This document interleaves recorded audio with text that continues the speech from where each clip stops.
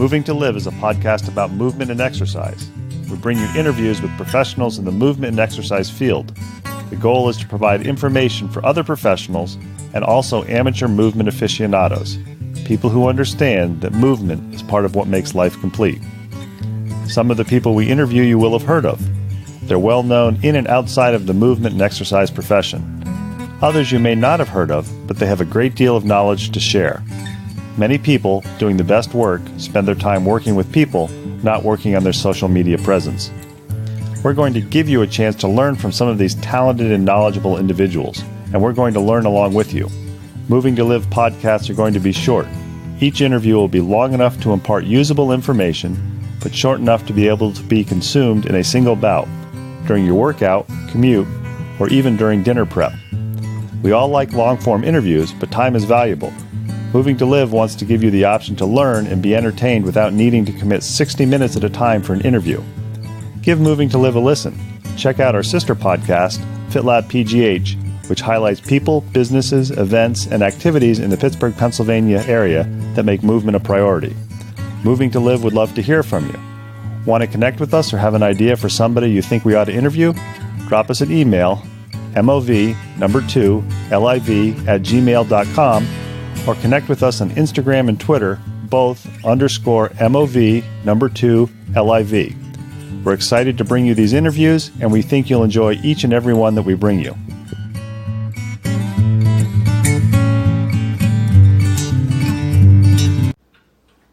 Moving to Live has a sister podcast, FitLabPGH. Today's interview for Moving to Live comes from an interview we originally did for FitLabPGH. We talked to Kelly Kuhn, a physical therapist who's doing something a little bit new and different or atypical. She's reaching out and starting Telemed, specializing in working with active individuals, especially runners. I think you'll enjoy the interview. And remember, if you like what you're hearing, please leave us some feedback on Apple Podcasts or whatever podcast app you listen to. And now, Kelly Kuhn.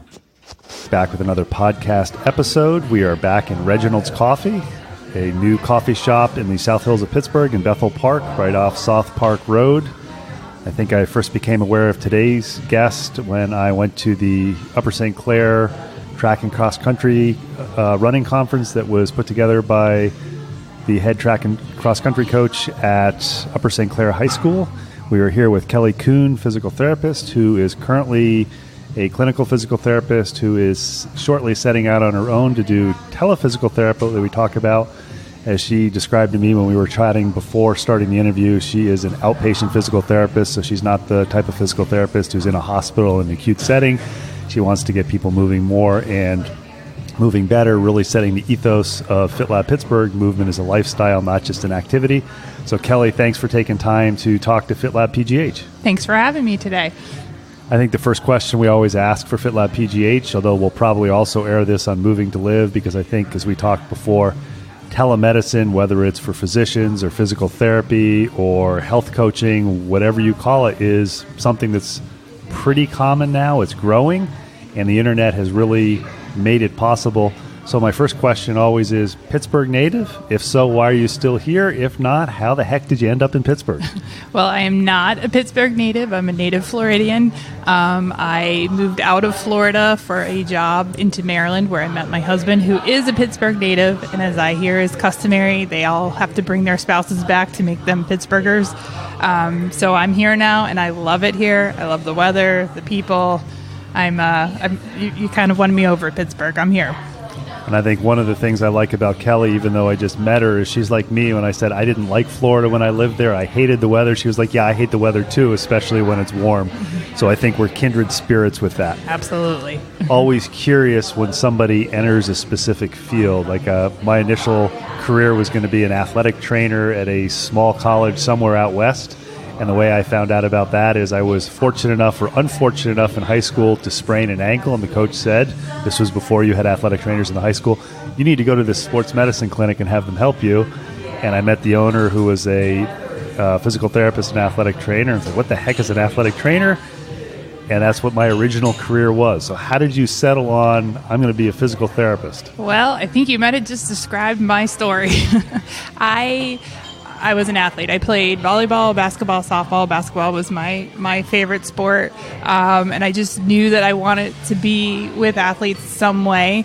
So in sixth grade, my mom still has a poster of me doing what do you want to do when you grow up? And I was physical therapist or sports medicine.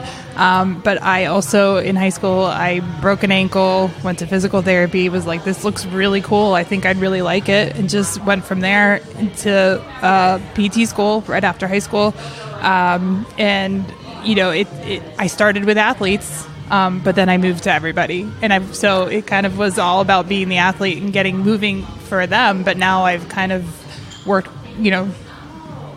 made that go to everybody, And I think one of the dirty little secrets, if somebody's a student or somebody's maybe a young professional, is the number of physical therapists or the number of athletic trainers, if they're outside of the high school or college setting, or even the number of, and I'm putting this in air quotes, sports medicine doctors who deal with athletes is relatively small. It's really hard to actually have your clientele just that unless you specialize in one thing and happen to, I think, probably not only be good, but also have a lot of luck.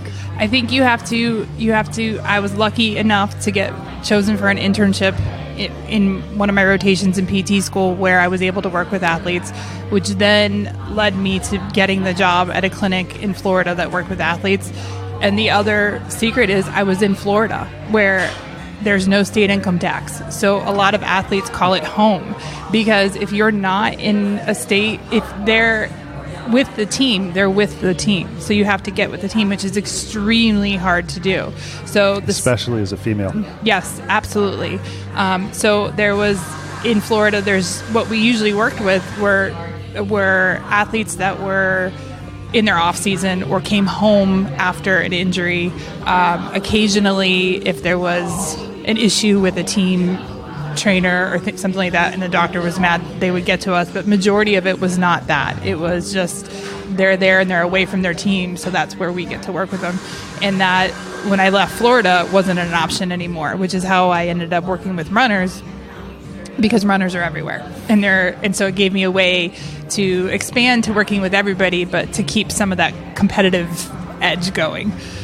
And I know one of the things I need to do is start saving things longer than when I just skim through them. But within the last week or 2 weeks, I think I read a summary of a study that of runners preparing for a marathon, something like 90% will have some sort of an injury.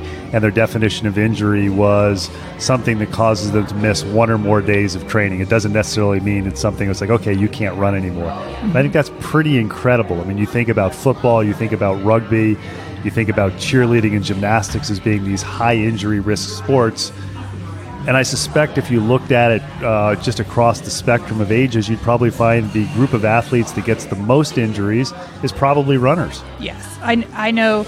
I'm not sure about the study about the marathon, but overall runners, just runners in general, over 80% will have some sort of injury over the course of their career.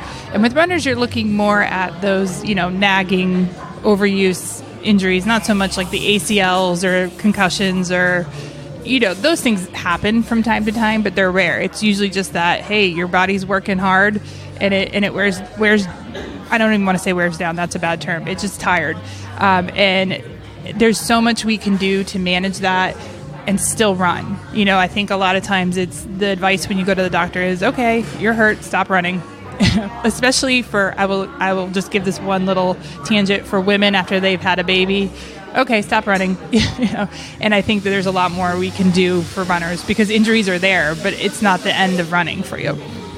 And I know one of the things I've commented on before, and one of the reasons I started one of the podcasts, FitLabPGH, is you can appreciate this as a non-Pittsburgh native. Pittsburgh is very siloed or neighborhood oriented. So if I tell somebody that there's a great running event or a great physical therapist who works with runners who's up by North Park and we're here down in Bethel Park, probably 60 to 70% of the people that I say that to, their eyes are going to roll and they're saying, I'm not going to go over a bridge or I'm not going to go through a tunnel. I think the other thing about Pittsburgh is there are pockets of people that are quite active, and I think the Pittsburgh Marathon, which came back after not being here for a few years, has shown that. There's huge numbers. They grow each year. They've added the half marathon, the 10K, the children's run. But by and large, if you look at across the spectrum, say in Pittsburgh versus where you grew up in Florida, I think you hit on the point. There's fewer people who take movement and athletics as, oh, that's the way it should be. It's improving, but I think people like you are very important so people recognize that, hey, if you're going to run, whether it's a 5K, whether it's a marathon, you're probably going to get hurt at some point. Yes. And that's not necessarily something to be afraid of. You know, one of my favorite things to say to people is, hey, pain is part of life. You know, sometimes you go to bed and you wake up in the morning, your neck hurts. Do you stop going to bed? No, you just learn to manage and you learn to keep moving and get through it. And the same for runners. If you really enjoy running and you know, hey, there's sometimes injuries, but you can do things to manage that. And you can, and just because there's an injury doesn't mean that's the end of your career. And it also doesn't mean you have to sit on the couch for 3 weeks and then start running again. There's a process you can go through to get you back there faster. And I know we were talking before we started recording, one of the things that's really important, whether you're a physical therapist working with runners or whether you're somebody who wants to be active, maybe it's just you want to walk a 10K, is having people all along the medical spectrum who recognize that movement is natural, movement is normal. And I'm curious, as a physical therapist who's been practicing, we won't say how many years, have you seen some physicians in the past who refer somebody to physical therapy who also say, don't let them run anymore? Yes, I see that a lot. There's this underlying that, hey, running is bad for you. Running's going to hurt your knees. Running's going to, you know, for pelvic floor issues that you can't come back from that. Running's just going to make it worse. I think that there's still this trying to control people and say, like, you know, you can't do this, you can't do this. And I think that's wrong. I was just reading this morning about a study that showed that we have more arthritis now as a sedentary society than we did as a working society. So the thought of, hey, work is really beating us up and work is, running is causing arthritis and running is wrong, but yet it's still a commonly held notion and it is being pushed off by a lot of doctors. Not all. There's good ones and there's bad ones, like we said, in every field. I won't even say good and bad. There's just different beliefs, but there are doctors who still believe that running is bad and at a certain age or a certain point in your life you just can't do it anymore. Or if we see something on a scan, meniscus tear, that's it, you're done. And I don't agree with that. I will say it's coming around. I think that more and more it's getting better. Mm-hmm. And as somebody who's practiced in multiple states, do you see it's basically across the states? Do you see that it's more common in Pittsburgh to have people say don't move, or just kind of the longer you're in practice, the less you see it? I think it's hard to compare to Florida because my population was so active. The doctors that I were working with athletes. They weren't going to tell them to stop moving. So I can't compare to there. From Maryland to Pittsburgh, I think it's the same. I mean, Baltimore and Pittsburgh are similar cities. But yeah, you saw the same attitude, the same fear of movement, the fear avoidance patterns. They're prevalent. And I would venture to say that it's prevalent in Florida too. It just wasn't the population I was working with. I'm always curious when I talk to people in the medical profession who make the decision to do something that isn't the status quo or normal. And if you look at FitLab Pittsburgh and Moving to Live, it's not by choice. It's just kind of I interview people who are interesting. We've interviewed a variety of medical professionals who are doing things a little bit different than the traditional medical model. And as I mentioned at the beginning, you're currently working in a clinic, which is a common path for an outpatient physical therapist. And I know that you're making plans to leave and go out on your own. Can you talk a little bit about what facilitated that or what the impetus for that was? I think what's facilitated it is how much I've learned over the last few years and with the change in theory over the last few years. When we've started to look at education of the patient or the athlete as almost important or even more important than the actual exercise you're choosing, and how much understanding of what pain is, what injury is, what movement is, and how to put movement in our day-to-day life is important, and how hard it is to do that in the clinic when you are just bound by time restraints and bound by so many other barriers. So it started to become frustrating trying to keep that on track, trying to keep teach and let them go instead of keeping them coming back. And so I just felt like there was a better way to get the information out there to more people and to get people moving and get them moving earlier. Because there are studies that show if we can get to people quicker and get them moving, get them in PT or get them exercising before they have that MRI scan or before they get to the doctor, we can actually save a lot of money and time. So I felt with a telehealth platform, I could get to people faster in a more convenient way, and I'd have that one-on-one time. It's just me and them. I can't have 3 computers going at the same time, so it's me and them. So I can focus on the education and teach them what to do and do all of those things without all those barriers. And so that's what kind of pushed me over the hump. And I'll kind of throw you a softball here. Mm-hmm. Having gone to physical therapy and worked in a physical therapy clinic, you hit on education, which I don't think anybody will disagree is a bad thing. But don't they get the education in a PT clinic when you spend your 20 or 25 minutes with them and then you give them the printed handout sheet that they go home with? Well, so the education is definitely more than the exercise. Right?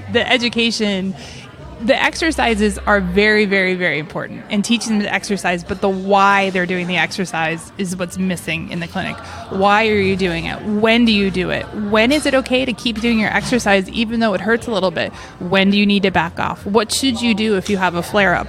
All of that is what makes it effective. If I just tell you to do, here's your 4 exercises, you go do them once a day, it's not going to work. You have to know when to use them, why to use them, how to use them, and the understanding of like, hey, this might hurt a little when I do it, but I'm not doing damage, and when I should stop, and I think that's really the crux of it.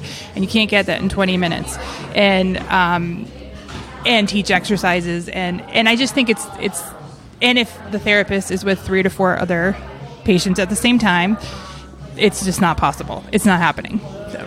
And you mentioned your business is going to be telehealth. For people who are listening, they may not understand what telehealth is or know exactly what it is.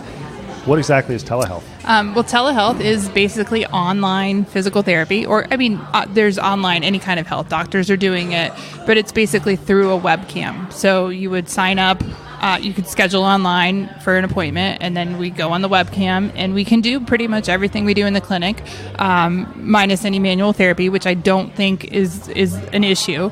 And we can look at you online and then come up with a plan online, to just as you would do in the clinic with a therapist right there. And I know one of the things that we haven't touched on, but I know what allows this to happen, at least in Pennsylvania, is with physical therapy. There are some physical therapists who have something that's called direct access. Mm-hmm. If you can kind of talk about that and how that allows you to do telehealth in Pennsylvania. Sure. Direct access we have it now in all 50 states in some way, shape, or form, but it is the right to go straight to a physical therapist. You don't have to go to a primary care or have a prescription, which a lot of people still believe that they need a referral for physical therapy. In Pennsylvania, we have it for 30 days if the practitioner is a direct access provider. So we have a second license, which I have, that allows me to see patients without that referral. After 30 days, all we need is for the doctor to sign off on our note, which they almost always do, and that gives us up to another 3 months. And at that point, if we need more, we can sign off again, which there's no reason why we should need that much therapy, but that would be the theory, if we had to. So for most people, there's never a need to see a doctor, unless something is off. And we are trained with our direct access license to say, okay, this is a red flag, we need to see the doctor, and so it's easier to get into a PT than it is a doctor. So it's a great place to start because they can tell you, they can get you going on exercise right away. And then they can also tell you, hey, I think you do need to go get this MRI, or you do need to see the doctor. And that's the rarity, but sometimes it is, but most times you can just need PT. And I'm curious, people are going to want to know with direct access, does insurance cover that, or does insurance not cover that?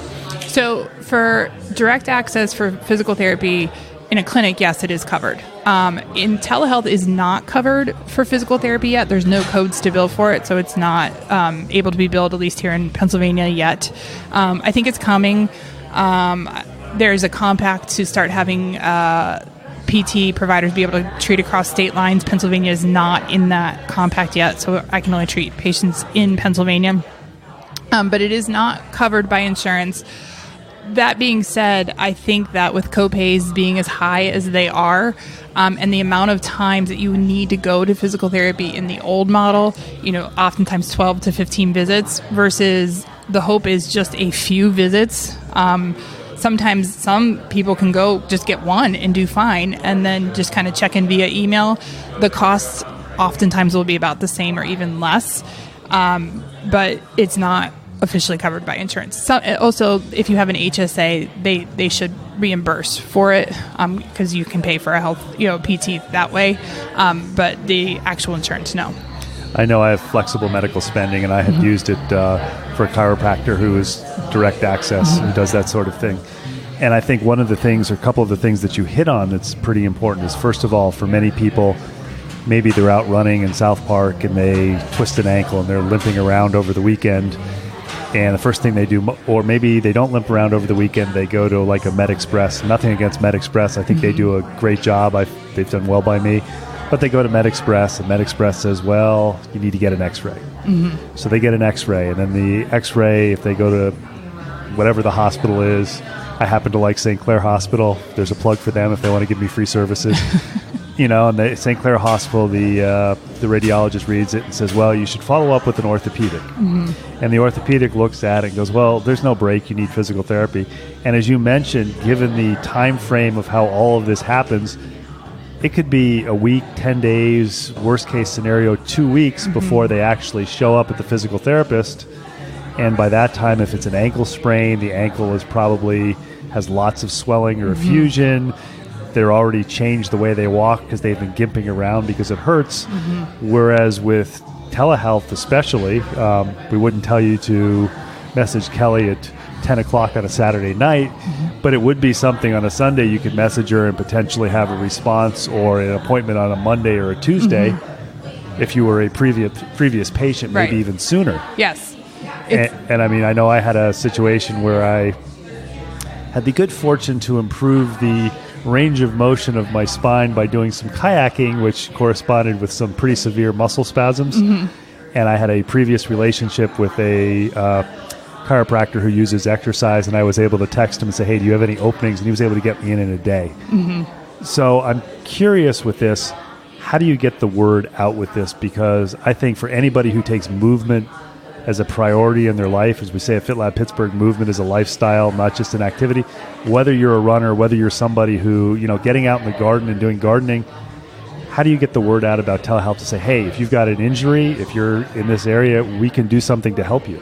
Well, it's a long process that I'm just starting on, and I'm trying to explore all the avenues. I mean, doing this podcast, I hope will get the word out a little bit. I am trying to get out, work with getting out to the races and being there just as a, hey, I'm here, ask me questions so that people can see, what PT is and what telehealth is and how I can help them.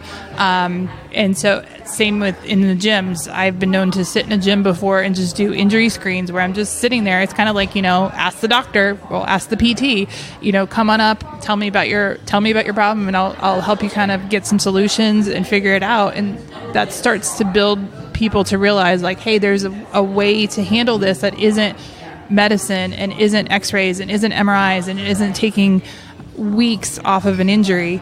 And I'm also going about it, a whole new venture for me is online stuff. I'm not the most tech savvy person, so this is a process for me, but I'm starting to put blogs out and share more on social media. I have been following awesome therapists and strength and conditioning specialists and doctors and journals for years, and that's where I've learned. And then I've taken their courses, and there is just so much content out there, so I'm trying to share their stuff and put my own out now that I learned so that people can find me that way. But I think mostly it's going to be me getting in front of Pittsburgh, and it's at the races, and I hope with that too, with the just sitting in a gym and injury screens. One of the things you touched on with the ankle is if we can. I want people to kind of throw out that whole rest, ice, compression, elevation thing. I just don't always think it's the best way. Obviously, if something's really, really hurt, we need to protect it. But after that, we actually want to get moving as quick as we can and as fast as we can. So in your ankle example, somebody limping around for a month, while they're getting this, that sets us way back, but if I can get them walking, 2 days after their ankle injury and they're walking, I have much less ground to cover to get them back to the race they want to get to. So that's another thing that I'm hoping that I can instill in people when I'm, in a gym and somebody like literally just hurts themselves, they can get to me right there. So that's kind of, I hope that answered your question. I know when I was working as an athletic trainer, when you worked with more experienced athletes, it was very easy for them to identify pain versus discomfort. Right. And I know one of the great things about running is you can start it at any age. And I know one of the things with movement is a lot of people, they may hit 25, 30, 35. Maybe they have a child. Maybe they recognize I've gained some weight from high school, modify my diet. I also need to take movement on. I know we had the good fortune to interview the lady who was just named head of Venture Outdoors. And she went from a cigarette smoker and junk food addict to now she's a hardcore runner. Wow. And she said, I just can't imagine not doing this anymore. So for somebody who comes or somebody that you work with educating, and I mean, gyms are the great way to do this, how do you explain to somebody the difference between discomfort, pain, which sometimes is normal, and bad pain or bad hurt? I give a set of rules for all my patients, and I think the importance of the rules too is it gives them some control. Because if you just tell somebody to exercise through pain, they think you're crazy and walk out of your clinic. So I try to explain that, the number one thing I want people to know is pain doesn't equal tissue damage. So just because you have pain does not mean you damage anything. Pain is just our nervous system trying to protect us. It's a response to threat or potential threat. So pain can be from stress. It can be from...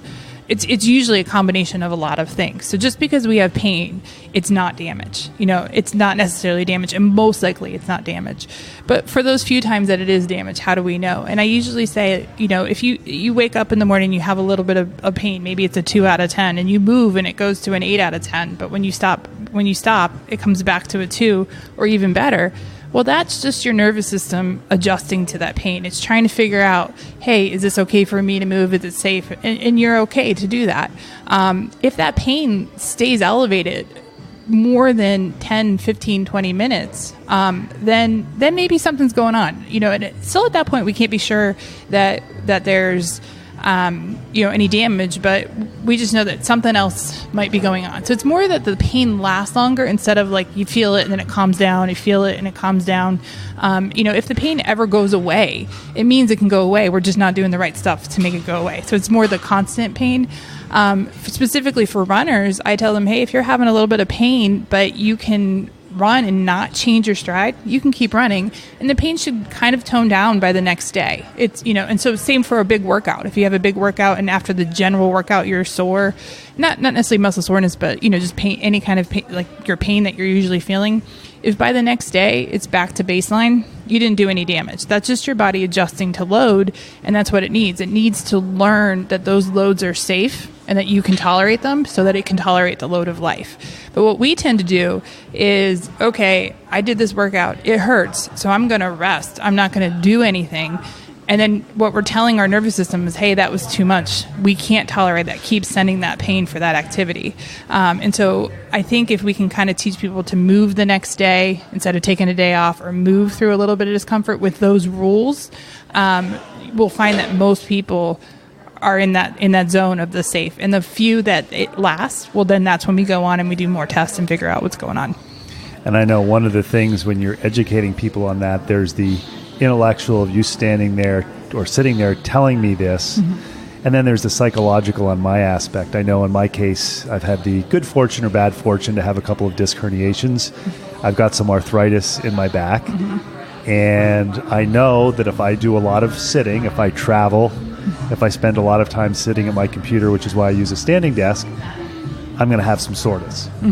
The hardest thing for me to learn, and it took me 5 or 6 years, is when I'm sore, synonym for pain, it's not I don't want to stop moving, I want to force myself to move. And when I do that, inevitably, I feel better. Educationally, I knew that. I would tell when I worked as an athletic trainer or working as a personal trainer, I would tell my clients this. Psychologically, for me to take my own advice, and I think people have a tendency to forget that, especially clinicians, that look, you can say, this is what it is, but but you have to find out the right way to say them. So I think the main thing is to actually do it and reinforce it. So what we do is first we do an exercise. If the patient says it hurts, I stop immediately. And I say, okay, does it walk off? Does it feel better? Does it stop when you stop? And then we talk about it. Again, the number one thing I do is the patient has control. If the patient, I always said, the one other rule I didn't give them, and I think this is really important, is that jump in pain has to be acceptable to them, okay? Because if it's not acceptable, they won't do it. If it hurts, they won't do it.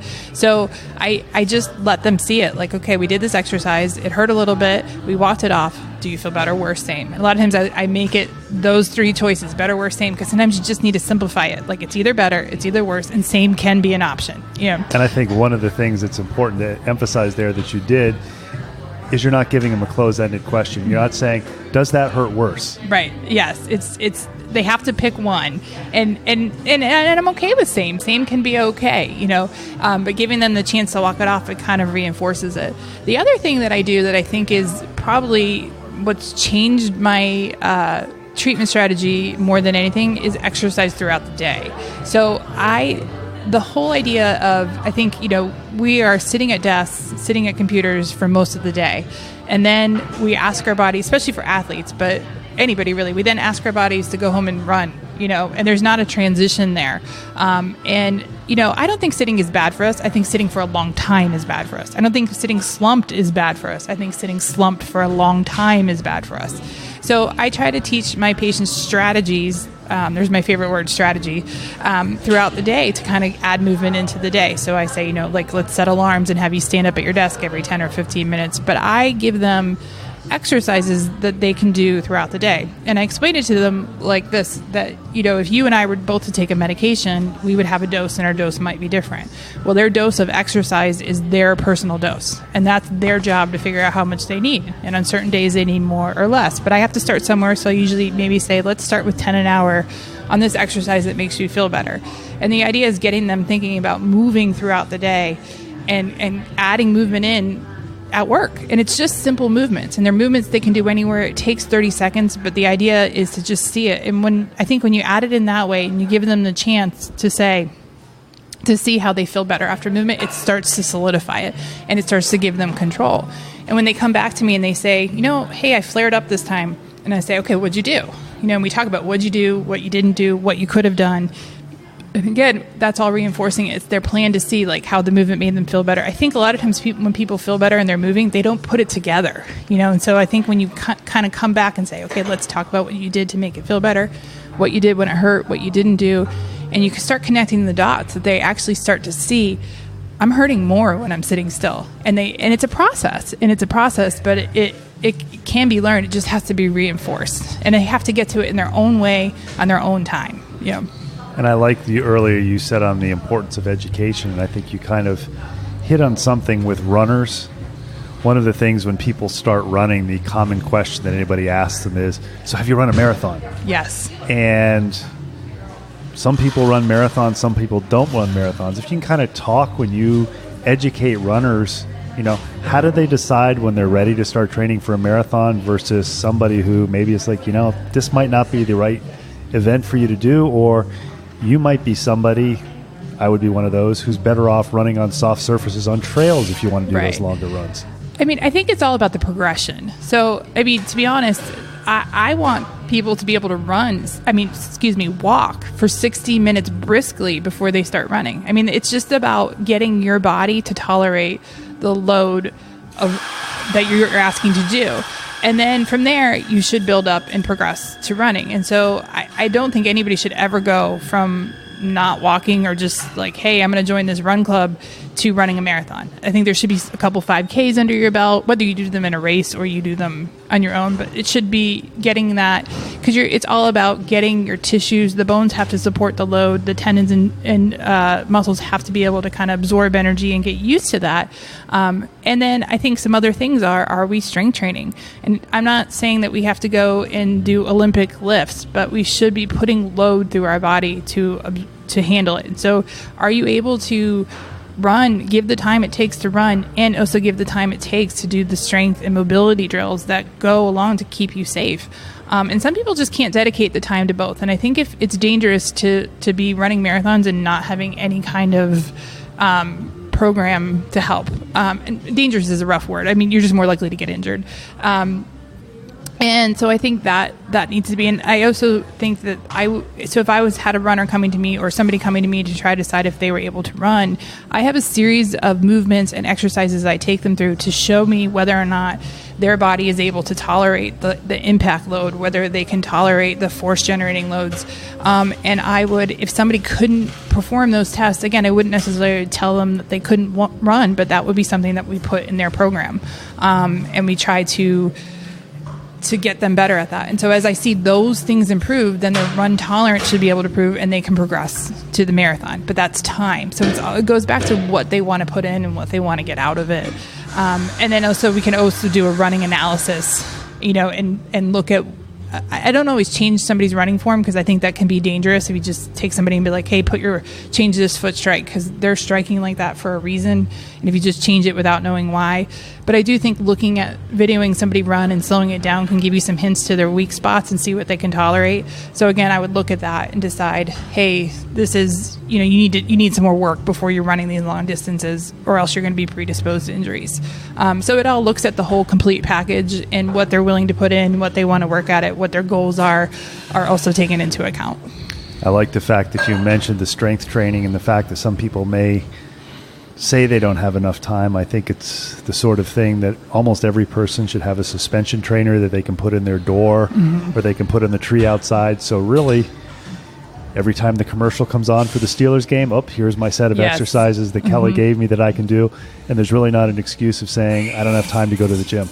Yes, I'm moving my clinic into my house and coming on a telehealth. I mean, we can do it anywhere. It doesn't, I think that's another big thing. We see all these great types of exercise coming out. I like CrossFit. I think it's great, but it doesn't have to be big. I mean, it's, you can use a step, you can use a band, you can use a suspension trainer.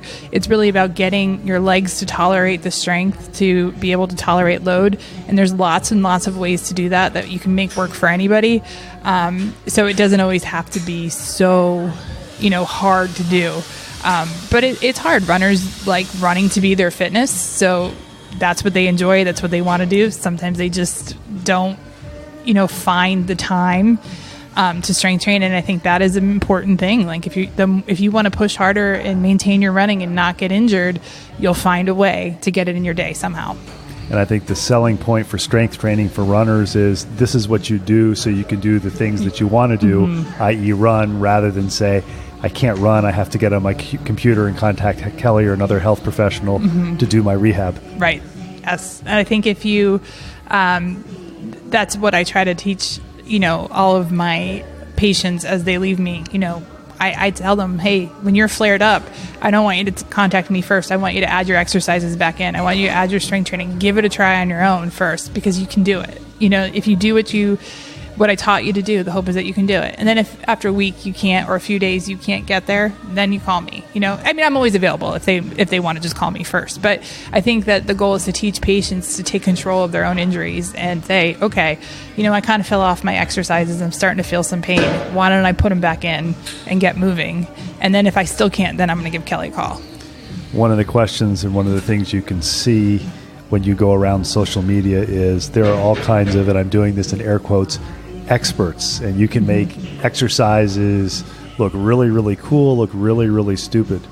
What are your thoughts of somebody who's a runner who's not injured coming to you and saying, look, I want a regular routine of, whether you're calling it mobility, prehab, whatever the magic term, look, these are some things that I should be doing most days of the week to prepare my body for running or whatever my activity is, to counteract the effects of standing at a desk, sitting in a car. I think that's great, and I actually have that service listed on my website. I'm a traditionalist when it comes to the strength training. I think it's fun to have all these fun exercises out there and all this, crazy stuff. But for most people, and if that motivates you, go for it. I don't want to be the person that tells anybody not to do things. I want people doing things.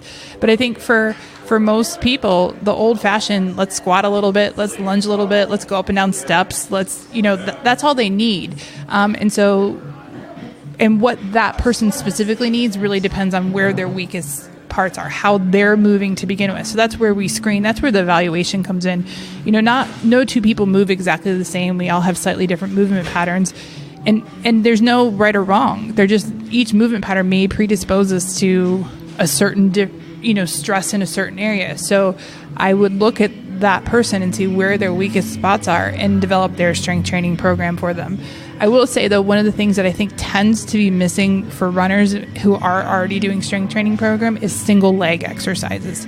We're doing lots of squats and things like that. Lunges are good, too, because the stance is more close to running, but really running, you spend a lot of time on one leg. So we need to train on one leg. And oftentimes what you'll see is one leg moves very different than the other. And so we need to work on that one leg, that is. So, that would be, I think, getting a program before we get injured is great. And I like to call it injury reduction, not injury prevention, because we know we can't prevent every injury because injuries are so complex. But I think if we can convince people to start before their season started, strength training, especially in the off season, and then maintain it through their whole running season, that we would definitely see a reduction in injuries. We're talking with Kelly Kuhn. She is a physical therapist who's starting a telemed program. We're in the fall. There's a variety of running magazines out there. There's a variety of websites, and there's a new line of shoes that comes out every fall and every spring. If you're a runner who's not a physical therapist, who's not a strength coach, a personal trainer, who's familiar with this sort of thing, how do you figure out what kind of running shoes you should have? And what do you do if maybe your local shop doesn't have what you need? I know, for example, I've said this before, I like Ultras, partially because I like the way they fit my feet. I have yet to find a shoe that's wide enough in the forefoot for me other than those. So where does somebody who doesn't have the overeducation that I have go to find information as a starting point? So the truth about running shoes is nobody knows. The research is so all over the place on running shoes. We know that you can, one, I will tell you, we shouldn't be afraid of pronation. Everybody's afraid of pronation. We were trying to block pronation. If you block pronation, you're shifting forces. But for some people, you might. But there is some advice I give people with running shoes. And I have before gone into the shop with clients and said, let's look at the shoe. So I think first and foremost is that I actually recommend having, for runners, 3 pairs of shoes, 3 different pairs of shoes, because we want some variability. Our nervous system, which is really the driver behind pain, likes variability in our movement. So if you're doing everything the exact same way every single time you run, you're stressing the exact same things the same way, and we're more likely to strain things. So just changing the shoes a little bit, rotating through those 3 shoes can help reduce some of that a little bit. And should that be 3 pairs of the exact same model? No, 3 different shoes, three different, they don't have to be drastically different, but a little different. I think that the most important thing is comfort. You have to be comfortable in the shoe. And, I recently had somebody who I was trying to get her to kind of change her shoes a little bit, and she just wasn't comfortable in it. And so I went back, because the psychology of it is if you mess with the runner's psychology, you're going to mess with a lot of things. And I think that's true for a lot of athletes. But so they have to be on board and be comfortable. So if it's a certain brand they like, maybe I can find it something that's a little better in that brand. I will tell patients, take the inner of your shoe out and stand on it. Does your foot overlap it? Is it actually big enough for you? You'd be surprised how many people come to my clinic and their foot is hanging over, the shoe's too small. I think that at different times in different people's running careers, they may need a different type of shoe.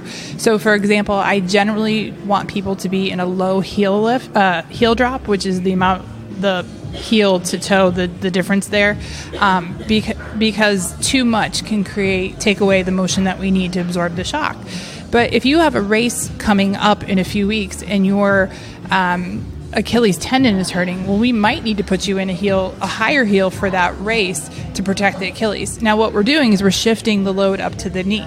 And that's okay, because right now your Achilles is the problem. So we are going to accept that load shift up to the knee and let you run through and get through that race. But then over time, I want your Achilles to be able to take that load again and get you back down to a heel lift. So there might be different times in your career where you need a different shoe, and it just depends on the injury. But I think the main thing I want people to know is that you're not taking away forces with the shoe. You're changing where the force is going.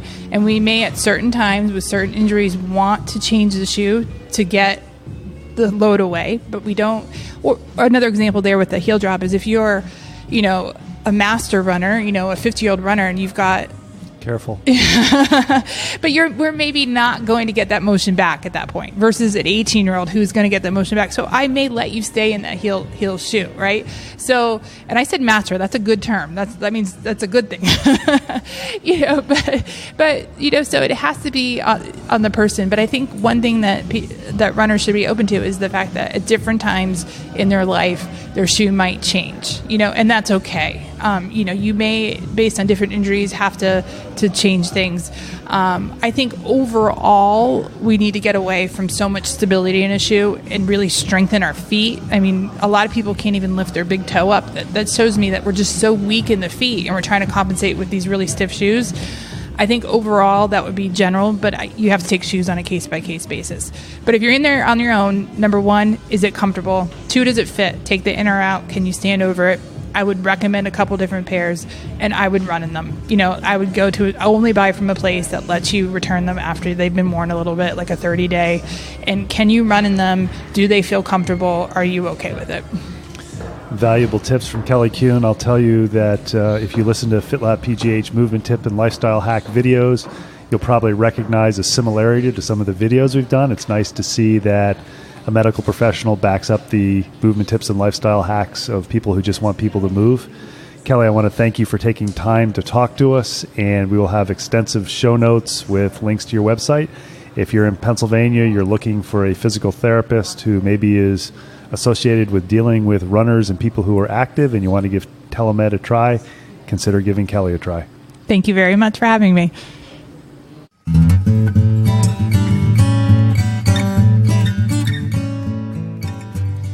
Thanks for listening to the latest episode of Moving to Live.